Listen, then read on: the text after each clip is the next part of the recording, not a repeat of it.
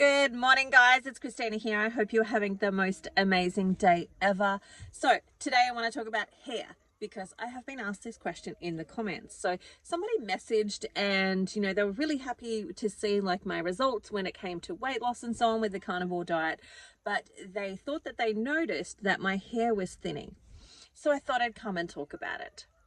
So if you are new to my channel, remember to like and subscribe, share with a friend.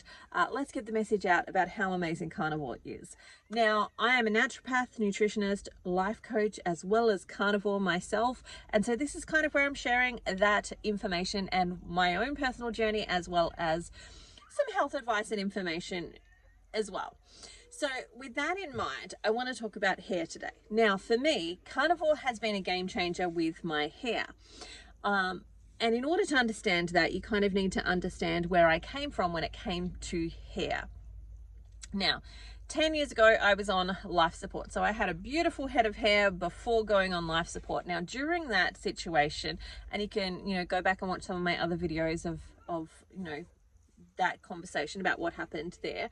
But during that, they were trying to keep me alive and they didn't really know how to do that. So they were kind of in new territory and my placenta was stuck inside of me. So I had placenta precreta and it was eating through my bladder and into my major blood supply. And, it was invading everywhere in my body while I was pregnant.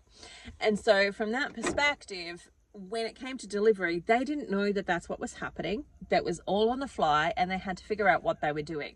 And so one of the things that they did was to give me some chemotherapy because there was this idea that maybe if they gave me some chemotherapy, it would kill off any living placental cells and that would, maybe stop the damage and the excessive blood loss that I was having at that moment in time.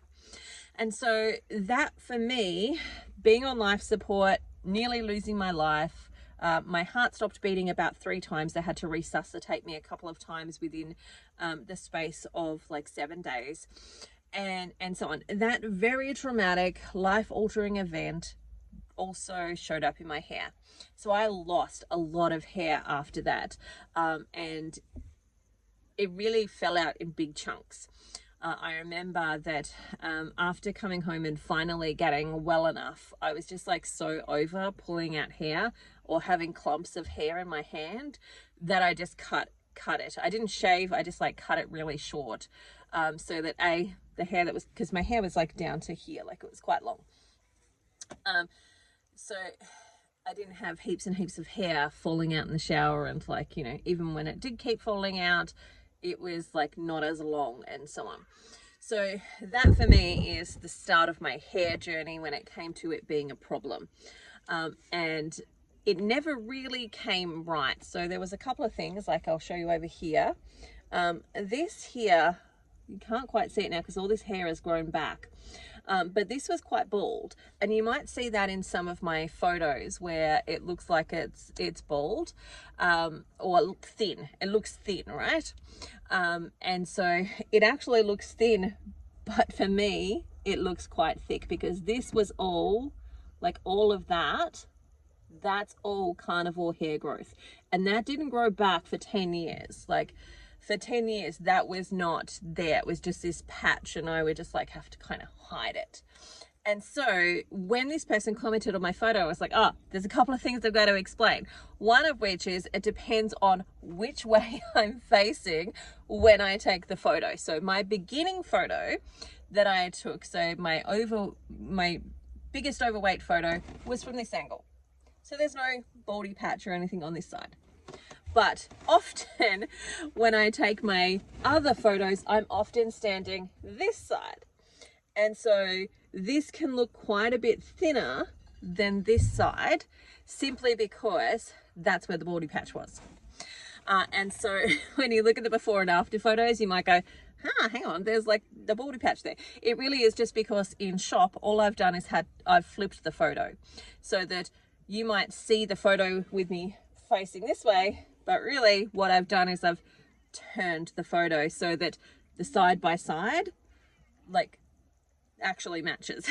That's all that is that you're getting you're getting the same person, but you're just getting 2 different sides of that person. So my before photo was from this side where I don't have the baldy patch. My after photo was from this side where I do. Now I may consciously now start to like try and make sure that I'm standing this way when I get my photos done.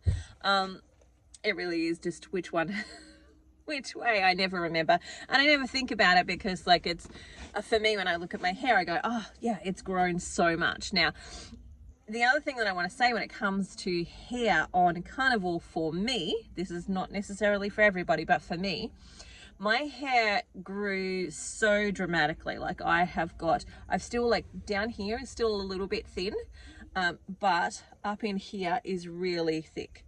Like this is here, that there is about where my Carnivore growth is. Like you can see where it starts to thin out, which is about there. That is all Carnivore growth. And so I had to get to the point earlier in this transformation where I had to cut my hair off because it was so thin down here from my old growth and so thick up here from my new growth that it was very dramatic. And so I actually cut off about this much off of the length of my hair just to kind of match it out a little bit more, and it didn't look so weird and look so odd because of how thin my old hair was and how thick my new hair coming through was. And so for me, my hair is absolutely, I'm super happy with what's happening with my hair in the sense that it's growing back, it's getting thicker, it's actually starting to fill out. It's, you know, for me, I'm really, really happy with that. Now I'm in the funky in-between stage where like I'm looking forward to all of this new growth becoming longer. But even that, my hair growth has actually grown exponentially. So even just the rate at which my hair grows is faster than it was previously. So it's thickened. I would say it's at least doubled in thickness. Places where I've had bald spots, it's actually like started to grow in, and that's what, like this here, that is all, I don't know if I can show you super well, but that all is new hair growth that has come through in there. And it didn't exist before. It just was not there before. And that's come through thick and fast. And I just see it getting thicker all of the time. Now, the key thing for me though, is that I didn't actually start to see it get thicker until I really upped my fat. Until that point where I wasn't probably having quite enough fat. I really had to like focus in on trying to hit that ratio of like 80% fat in my diet. And I used my fitness pal to help me kind of figure out, what that looked like. But I really had to up the fat. And anytime I've noticed that when I have a shower and some hair comes out, I increase my fat. And once I increase my fat, that stops. So I've had a couple of times where I've like just reduced the fat a little bit, just, busy life, not thinking about it, etc., and just not eating enough. And then I'll notice when I have showered that I'm getting some hair come out. And then, the next couple of days, I really up the fat. And as long as I keep maintaining that, it stops.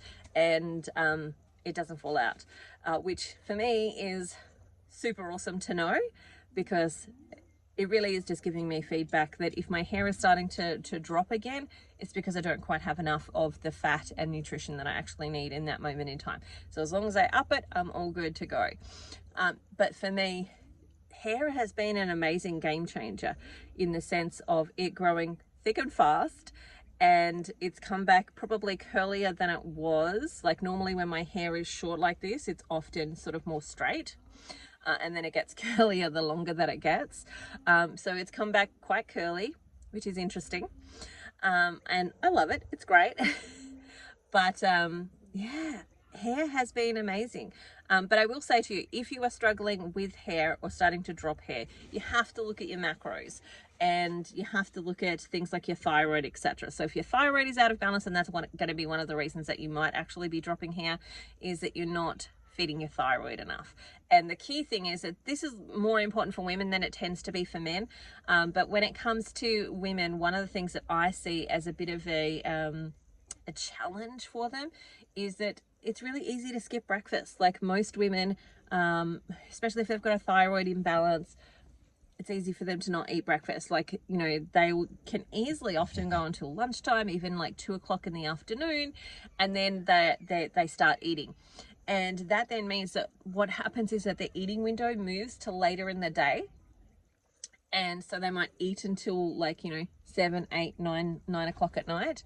The other thing is that really all they're doing by not eating that breakfast is actually slowing down their thyroid a bit. And so for me, when I've got thyroid patients, the advice that I give them is you have to start with breakfast, no matter what you're doing. And if you're still in if you're not yet in a balanced state when it comes to your thyroid, you have to not focus on things like fasting at that point in time. You have to focus on feeding. And you start by eating breakfast, even if it's a liquid breakfast. Like, for example, I've got lots of people that are so used to not having breakfast that they just can't stomach something in the morning.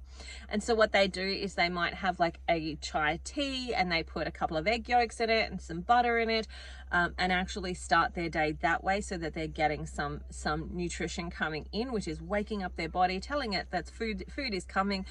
You don't need to lose your hair because food is actually here. And so the other way to do that, if you don't want to have like a tea or you don't want to use any plants, is to have broth, like bone broth with butter and egg yolks in it is another great way to actually do that. Or whole eggs that you've cooked in the broth essentially is another great way to do that. Or having a boiled egg and you just eat the boiled egg with some butter. It doesn't have to be a big meal, but just getting something in your digestive system early in the morning. And the thing is that the most common thing that people will say to me when they do that is that they will say that, but if I eat in the morning, then I'm eating all day. And it's like, yeah, because you are in a feeding cycle. Your body needs you to feed it so that it can do the things that you want it to do. You want it to detox, you want it to lose weight, you want it to let go of like all of this such stuff. If you want to lose fat, for example, you've got to have a really good detoxification ability. You've got to be able to detox things out, because that fat is storing toxins in it. And if you just let go of those toxins, then that's going to cause you more issues. You need to be able to detoxify that. So you're asking your body to do a lot if you're wanting it to lose weight. And so you've got to feed it so that all of those mechanisms are working properly. They're really well nourished before you start to challenge it by getting it to drop weight. And that's often the problem, is that a lot of people start the protocol or start living, the carnivore lifestyle because they want to lose weight. But really what they need to remember is that you have to fix your metabolic system before you can healthily lose weight. Like, you could lose weight by going on chemotherapy, right? That's not healthy for you. That's not going to be a long-term sustainable solution. You could lose weight by going on Ozempic. That's not healthy for you, and that's not going to be a long-term sustainable solution.